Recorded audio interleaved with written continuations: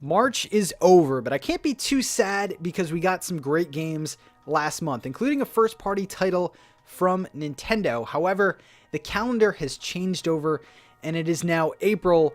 And let me just say, guys, your backlog is taking another hit because there are a ton of games coming out in the month of April. Today, I'm going to highlight just 6 of them. These 6 games actually interest me, so I either will be putting these games on my wish list or picking them up myself. But before I get into those 6 games, guys, if you like what you see on the channel, make sure to subscribe and turn on notifications so that you will never miss one of my uploads. But without further ado, let's get it started with the first game. First up, releasing on April 4th is a game called Extermination Force. Now, this is a pretty cool looking run and gun game by the same developers as Gunman Clive, one of my favorite platformers on both the Wii U and the Switch. This game kind of reminds me of 2 different games. It reminds me of Contra just because the way it looks, the way that you're shooting rapidly on the screen. And it also reminds me of Shadow of the Colossus because this game is a boss rush mode and you actually climb on these giant mechs to find their weak points. So this game has been on my radar for quite some time. I love run and gun games, and just the art style of this, it's kind of refreshing not to have a pixel art game. But this game comes out very, very soon, $11.99, and Extermination Force definitely should be on your guys' radar.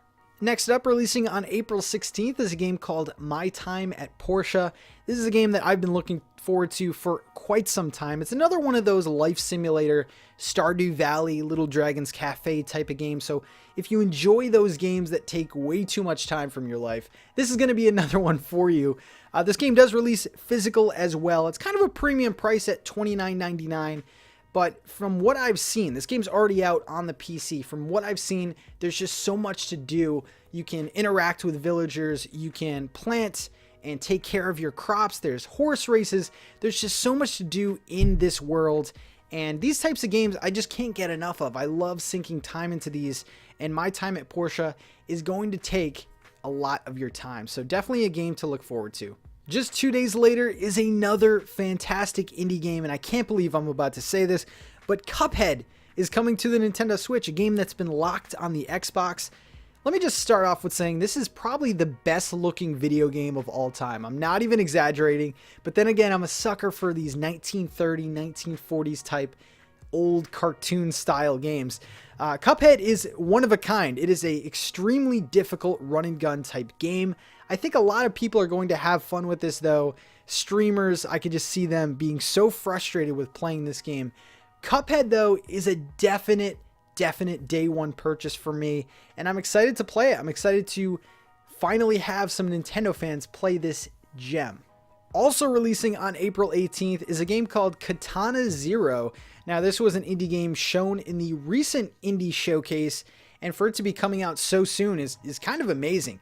I was able to play this at PAX East, and from what I've played, guys, this is a day one purchase for sure. This is a very difficult ninja style game where if you get hit once, that's it. So if you guys aren't really into difficult games, you get discouraged very easily, this might not be for you. But I really love the way that this game plays. Very, very tight controls, and I love the graphical style of this game. So Katana Zero, April 18th. Jumping up a bit to April 23rd is probably the biggest third-party game this year, and that is Mortal Kombat 11. And let me just say, guys, I also played this game at PAX East, and wow, this game runs incredible. 60 frames, buttery smooth. And, you know, I haven't played a Mortal Kombat game in quite some time, but I feel like the Switch is a perfect console to kind of grab a Joy-Con with your friends, play this tremendous game. It is very gruesome, so if you have kids, you might not want to play this in front of them. But Mortal Kombat 11, it's just so great that this game is releasing day and date with the other systems. This is how you do third-party games, and I'm definitely going to support the developers for putting this game out. And finally, on April 25th, SteamWorld Quest releases on the Nintendo Switch. I'm really excited for this game. I'm a big fan of the SteamWorld games, and it's kind of interesting because the SteamWorld games, with each release, it's kind of different from the one before. They're either platformers, they've kind of dived into the turn-based strategy game. Now, this SteamWorld Quest is a turn-based card game, which is very, very different. I gotta be honest with you guys, I think I'm gonna wait on this game. It's definitely gonna go on my wish list, but this game is just so different. I gotta kind of see some of the reviews before I go in and purchase this game. It's also $24.99, which is kind of a premium price for an indie game, but SteamWorld Quest looks like a high quality game, and I can't wait to play this one.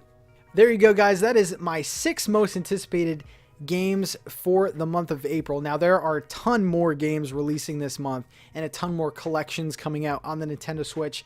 So, of course, I wasn't going to be able to get to all of them. Let me know, guys, what I missed in the comments section below. And if you had interest in any of these 6 games, let me know as well.